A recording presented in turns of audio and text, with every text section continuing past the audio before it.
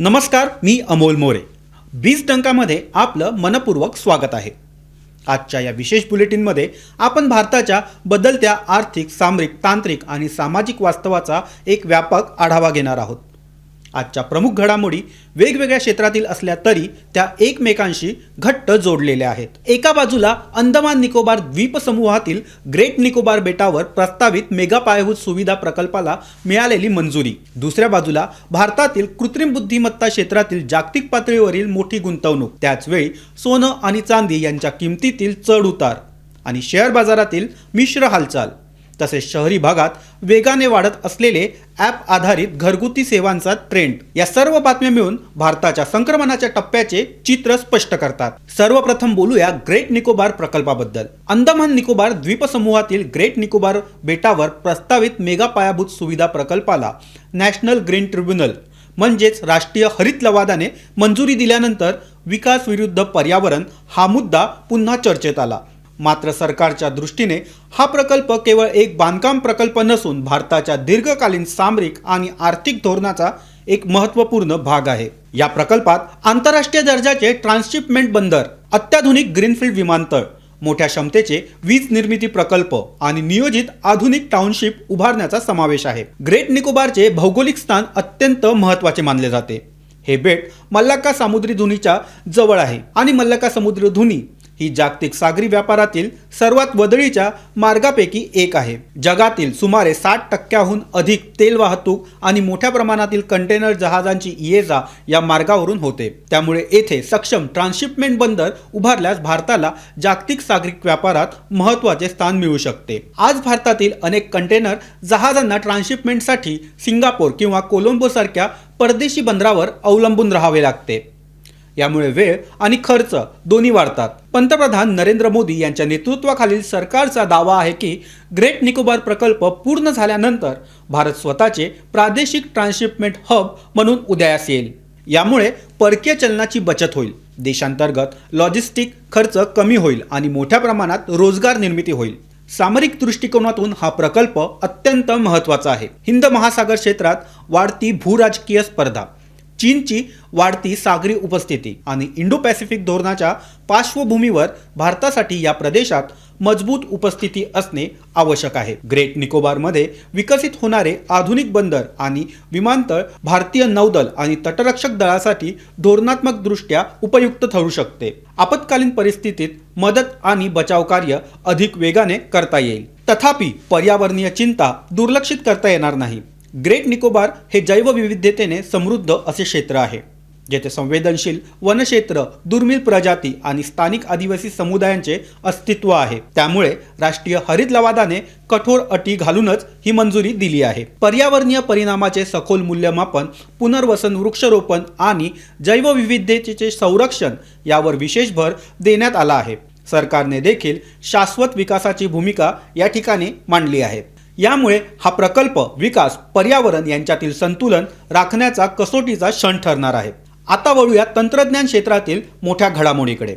अमेरिकेतील आघाडीची चिप निर्माता कंपनी कॉलकॉमने भारतासाठी $150 दशलक्ष स्ट्रॅटेजिक AI व्हेंचर फंड जाहीर केला आहे. कंपनीचे अध्यक्ष आणि CEO क्रिस्टियानो ॲमॉन यांनी भारतातील AI स्टार्टअपसाठी परिसंस्थेची क्षमता अधोरेखित करत ही घोषणा केली. हा निधी कॉलकॉम व्हेंचर मार्फत व्यवस्थापित केला जाणार आहे. या फंडाचा मुख्य भर हा एज AI या तंत्रज्ञानावर असेल. एज AI म्हणजे कृत्रिम बुद्धिमत्ता थेट उपकरणावर चालवणे, क्लाउड अवलंबून न राहता. यामुळे प्रतिसादाचा वेग वाढतो, इंटरनेट कनेक्टिव्हिटीवरील अवलंब कमी होतं आणि डेटा गोपनीयता अधिक सुरक्षित राहते. स्मार्टफोन, ऑटोमोबाईल्स, औद्योगिक यंत्रणा, IoT उपकरणे आणि स्मार्ट कॅमेरे या सर्व क्षेत्रात एज AIचा वापर वाढत आहे.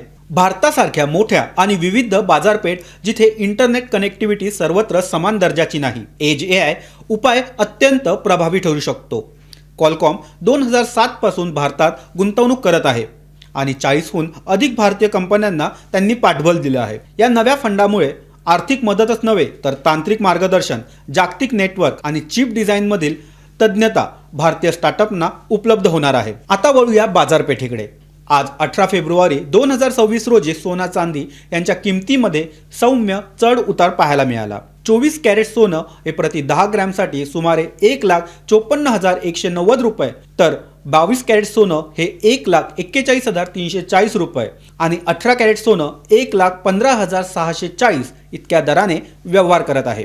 चांदीचा दर सुमारे 2,55,000 प्रति किलो इतका आहे. जागतिक बाजारातील हालचाली, डॉलर रुपया विनिमय दर आणि सुरक्षित गुंतवणुकीकडे वाढलेला कल यामुळे ह्या किमतीमध्ये अस्थिरता दिसून येत आहे. Multi commodity exchange of India म्हणजेच MCX वर वायदे व्यवहारात चढ उतार हे कायम आहेत. गुंतवणूकदार अनिश्चिततेच्या काळात सोन्याकडे सुरक्षित पर्याय म्हणून पाहतात. दरम्यान शेअर बाजारात BSE सेन्सेक्स आणि निफ्टी 50 मध्ये देखील मिश्र हालचाली दिसून आल्या. IT क्षेत्राचा विक्रीचा दबाव हा पाहायला मिळाला, तर मेटल आणि PSU बँक क्षेत्रात खरेदी दिसून आली.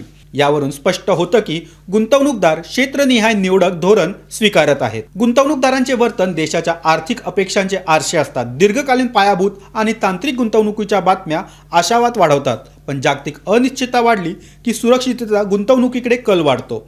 यामुळे बाजार हा व्यापक आणि आर्थिक कथानकाचा त्वरित प्रतिसाद देणारा घटक आहे. आता पाहूया शहरातील भारतातील बदलत्या जीवनशैलीचा ट्रेंड. घरगुती मदतीसाठी ॲप आधारित सेवांचा वापर झपाट्याने वाढत आहे. दुहेरी उत्पन्न असलेले कुटुंब, वाढती नोकरीची वेग आणि धावपळ यामुळे पारंपरिक पद्धतीऐवजी डिजिटल प्लॅटफॉर्मचा वापर हा वाढला आहे. Urban company, help for you आणि ब्रूमर्स यासारख्या कंपन्यांनी या क्षेत्रात संघटितपणे काम करणं आणले आहे. ग्राहकांना रेटिंग आणि रिव्ह्यूच्या आधारे निवडण्याची सुविधा मिळते. डिजिटल पेमेंट, पार्श्वभूमी तपासणी आणि वेळेचे नियोजन यामुळे पारदर्शकता वाढली आहे. या प्लॅटफॉर्ममुळे हजारो महिलांना आणि स्थलांतरित कामगारांना नियमित उत्पन्नाची संधी मिळते. काही प्लॅटफॉर्म प्रशिक्षण आणि विमा संरक्षण हे देखील पुरवतात. यावरून एक व्यापक चित्र समोर येते. तंत्रज्ञान केवळ मोठमोठ्या उद्योगांपुरते मर्यादित नाही, तर ते थेट आपल्या दैनंदिन जीवनात देखील उतरलेले आहे. AI मध्ये होणारी गुंतवणूक, पायाभूत सुविधा प्रकल्प, बाजारातील हालचाली आणि घरगुती सेवांचे डिजिटायझेशन हे सर्व एकाच बदलत्या भारताची वेगवेगळी रूपे आहेत. एकंदरीत भारत सध्या निर्णायक टप्प्यावर आहे. भौतिक पायाभूत रचना, डिजिटल नवकल्पना, गुंतवणूकदारांचा आत्मविश्वास आणि बदलती जीवनशैली या सर्व घटकांचा समन्वय साधण्यात देशाच्या प्रगतीचे भवितव्य दडले आहे. योग्य धोरण, पर्यावरणीय संतुलन, तांत्रिक नवकल्पना आणि सामाजिक समावेशकता या 4 आधारस्तंभावर भारताची पुढील प्रगती अवलंबून आहे. आजच्या या बुलेटिनमधील सर्व बातम्या आपल्याला कशा वाटल्या हे आम्हाला कमेंटमध्ये नक्की कळवा. व्हिडिओला लाईक करा, शेअर करा आणि बीज डंका चॅनलला सबस्क्राईब करायला विसरू नका. पुन्हा भेटूया पुढील बुलेटिनमध्ये नव्या घडामोडींसह. धन्यवाद.